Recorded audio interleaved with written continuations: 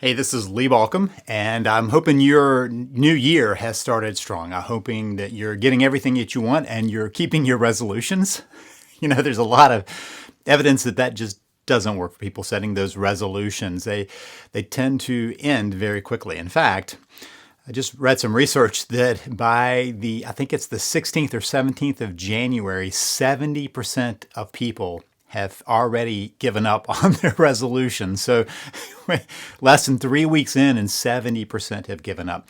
You may have seen that same thing that happens. You start something and you go somewhere and everybody's there. Like you go to the gym and everybody's there for about the first 3, 4, 5, 6 weeks. I know that's when the majority of people sign up for the gym, is right there at the new year for really good reasons. And then they don't stick with it. So I hope whatever you're looking to change in your life, you're finding ways to do it. And we're going to kind of talk a little bit about maybe something that gets in the way of that you may not have thought about. And that is, just that whole idea of being certain about what's going to happen. Do you remember, it was maybe in your childhood, it was in mine, where we had that magic 8 ball and you could ask a question and you would shake up the magic 8 ball and then you would hold the magic 8 ball and see what answer it gave you. And that was a way for us to, predict the future. And one of the things that I remember thinking is how much we wanted something to tell us what was going to happen, what was coming down the road. We do it in so many ways in life. I tend to watch the weather and like to know what's coming my way in the weather so I can kind of plan on what am I going to wear, what am I going to do, how am I going to be outside or inside, or what is going to change about my life. And sometimes it doesn't work that way. The weather, predicting the weather at least, isn't an exact science. In fact, there are darn few exact sciences. You may notice a little bit of flour on my jacket. I hope not, because I just was putting together a loaf of no-knead bread. And I don't mean like you don't need it, like you don't have to get your hands in there and knead it. It's you stir it and you let it go. And one of the things I'm aware of is that there's kind of this range of what happens. I don't know what's going to come out of my efforts. I put in the yeast and I put in the water and I put in some sugar and I let that begin to percolate and get ready, bloom, as they say.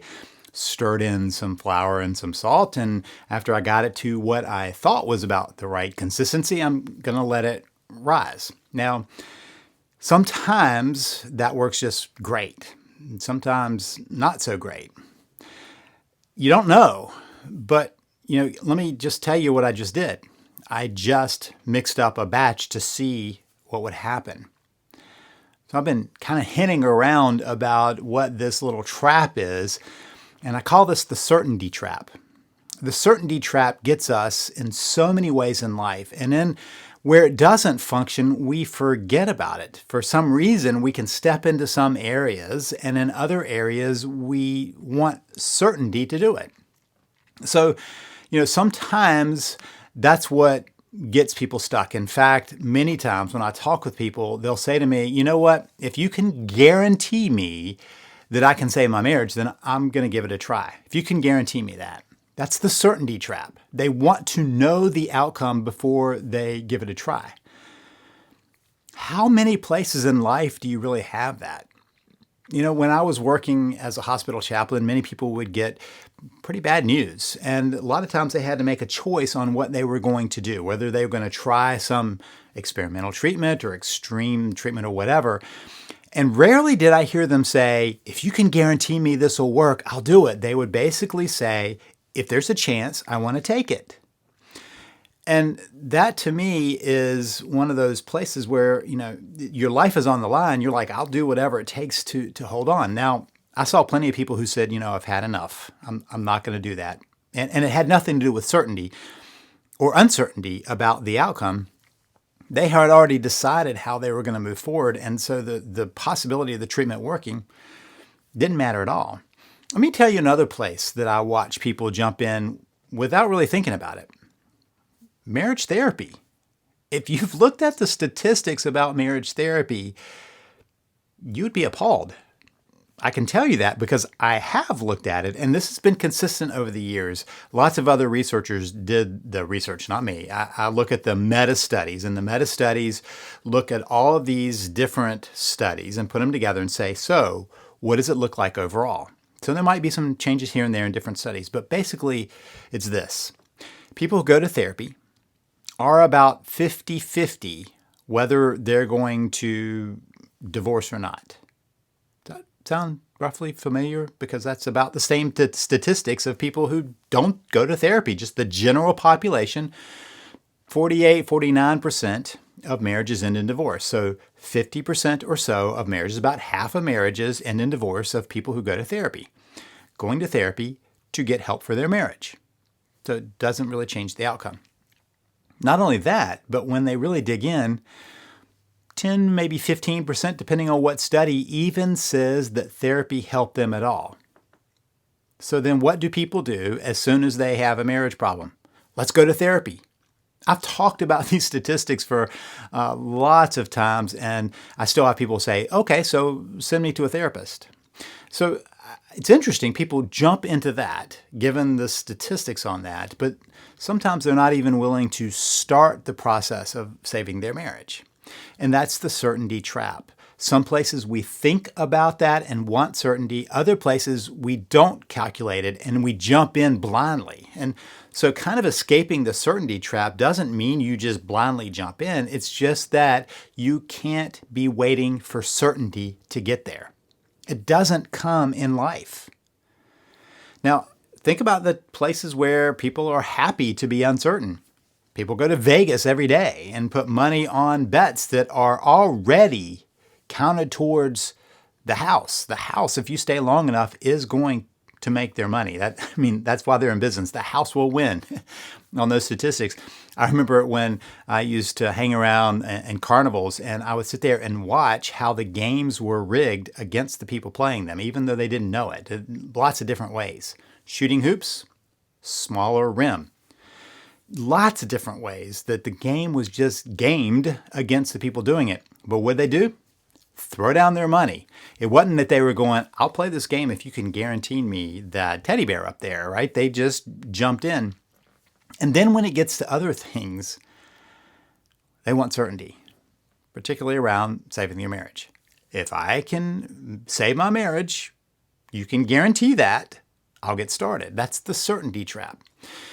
It plays out in so many ways in life. Just look at how many ways that right now we pay big bucks to prognosticators, whether it's economic or political or world events or wherever, to tell us what's going to happen. And we listen to them with bated breath as they come on the news shows and they give their forecast. And we're like, oh, tell me what's going to happen. I want to know what's coming. You know what? They don't show back up to say, oh, I was wrong about that. They just make more predictions. And that tends to be what I see from people who are, kind of giving this advice. Of course this will happen. We can't say that. I can't tell you whether your marriage will be saved. I can't.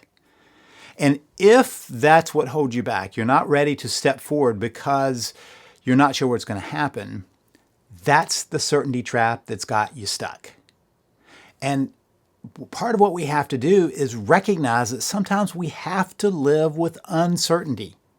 In fact, we pretend to live with certainty when we're listening to those prognosticators and predictors and everyone else. The economy doesn't do what they all say. Here you have some economists who are like, oh, it's going to be a bull market. Some who say, oh, it's a bear market. Some it's going to be the worst recession ever. Some it's going to be the hottest economy ever. They can't all be right. But you know what happens? We latch on to what we want to hear. I find it true in myself. If the weather forecast is saying one thing and I like what it's going to say, I'm like, super.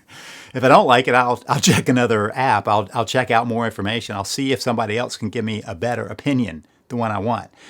Now, that's getting us into lots of trouble as a culture, right? It gets us stuck looking for people who will tell us exactly what we want to hear. I'm not going to do that today. I can't guarantee you that you can save your marriage. I can promise you that the effort is worth it, regardless of outcome. What I've realized over the years is trying to save your marriage, there is no losing. There isn't. Let's say that you work on saving your marriage and it doesn't work. Then you can look in the mirror and you say, I did everything I could to save this. I feel good about what I did, as opposed to people who live in regret. And that's a tough place to be. We live in regret because we can't turn back the clock and try it again. We're out of time. We're out of luck. So sometimes we have to say, you know what? I'm not waiting for certainty. I'm going to move forward. So let me give you a kind of another way of thinking about it. It's the same idea that surfers use. I'm going to ride this wave. I don't know how this wave particularly is going to go. Waves each one has its own personality and own differences, but I'm going to ride it the best I can. Let me give you a little bit more. I've been reading a good bit about mindset in sports. Playing pickleball, I want to have my mind in the game. I was talking with a pro, and I said, hey, how much of this game do you think is actually mental in it? And he said, I'd say 30%. And I said, 30% at what level?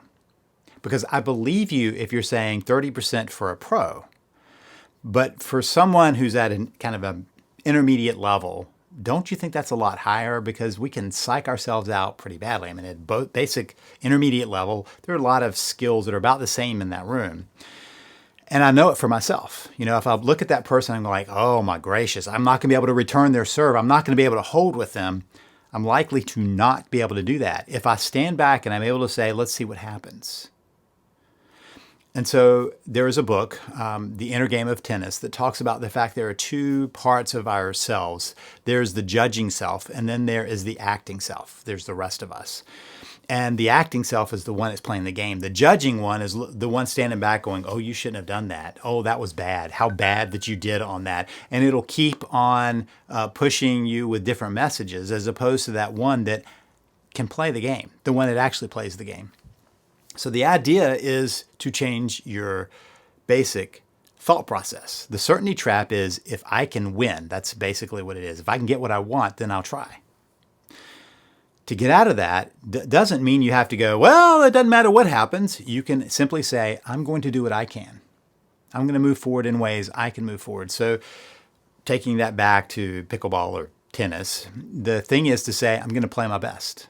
I'm going to do my best, not I'm going to win. I'm not here to win. I'm here to play my best.